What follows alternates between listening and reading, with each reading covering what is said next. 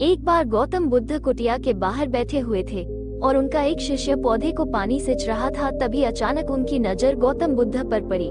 शिष्य ने देखा कि गौतम बुद्ध मुस्कुरा रहे हैं। शिष्य तुरंत गौतम बुद्ध के पास आया और उनके मुस्कुराने का रहस्य पूछा तो गौतम बुद्ध ने बताया, शिष्य बस मैं मानव परीक्षण करने की सोच रहा था, चलो आज मानव परीक्षण करते हैं। इसके बाद गौतम बुद्ध शिष्य के साथ किसी गांव में दोनों चले गए। उन्हें वहां एक वैश्या स्त्री मिली और गौतम बुद्ध से प्रश्न करने लगी कि आप किसी राजा और राजकुमार की तरह दिखते हैं, फिर आप संन्यास धारण क्यों किया हुआ है?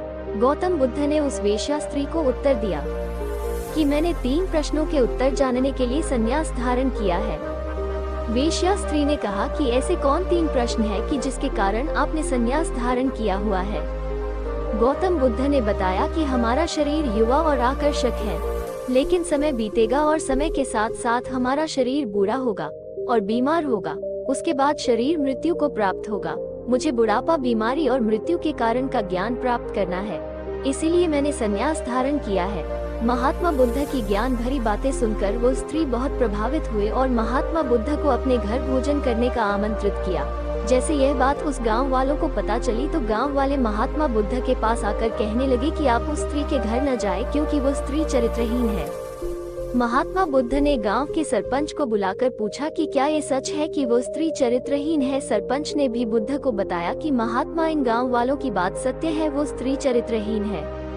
और तब महात्मा बुद्ध ने सरपंच का एक हाथ पकड़कर कहा, सरपंच अब आप ताली बजा कर दिखाओ। तो सरपंच को आश्चर्य हुआ और कहा कि ये तो असंभव है कि एक हाथ से ताली कभी नहीं बजती। लेकिन आज के जमाने के लोग यही समझते हैं कि हम बहुत ही शरीफ हैं, हम बहुत ईमानदार हैं। लेकिन यही ईमानदारी तब साबित होती है जब आपकी तारीफ कोई गैर आदमी करे। हमें अपने आप को ईमानदार कहने का कोई हक नहीं है।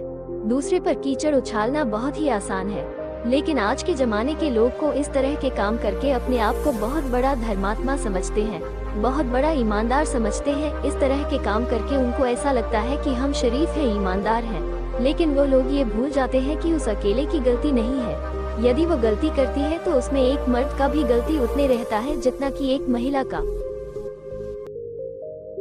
दोस्तों चलिए इसी के साथ हम नारी पूजा का, नारी सम्मान के बारे में बात करते हैं। दोस्तों क्या आप लोगों को पता है कि किस राज्य में, किस देश में नारी की पूजा की जाती है? तो चलिए हम आपको बताते हैं। नारी हमारे जीवन में कई रूप लेकर आती है, माँ, बहन, पत्नी और एक अच्छी दोस्त के रूप में। देखा जाए तो भारत ही एक ऐसा देश है जहाँ नारी को सम्मान दिया जाता है। परंतु क्या आपने कहीं नारी की पूजा करते हुए देखा है? दोस्तों जिस देश में नारी की पूजा की जाती है वह भारत देश है। और इस भारत देश में केरल नाम का एक राज्य है जहां हर नारी को पूजा जाता है। केरल राज्य में कई सालों से यह बहुत ही सुंदर और प्रशंसनीय परंपरा चली आ रही है और यह परंपरा 15,000 साल से भी अधिक पुरानी है। यहाँ की परंपरा के अनुसार जब एक कन्या अपने प्रथम माहवारी की शुरुआत करती है तो परंपरागत रूप से बड़ी उत्साह के साथ उनकी पूजा की जाती है और उन्हें नारी होने का सम्मान दिया जाता है। जब कोई लड़की अपने पहले माहवारी की शुरुआत करती है तो गांव के सभी लोग और उसे लड़की के सभी परिवार मिलकर बड़े आदर से उनकी पूजा करते हैं और एक नारी होने के सम्मानीय उपाधि से सम्मानित किया जाता है। और नारी को जो सम्मान भारत देश में मिलता है उतना किसी और देश में नहीं मिलता। भारत देश महान है और ऐसी कई प्रथाएं भारत देश में है जो केवल आपको भारत में ही देखने को मिलेगी।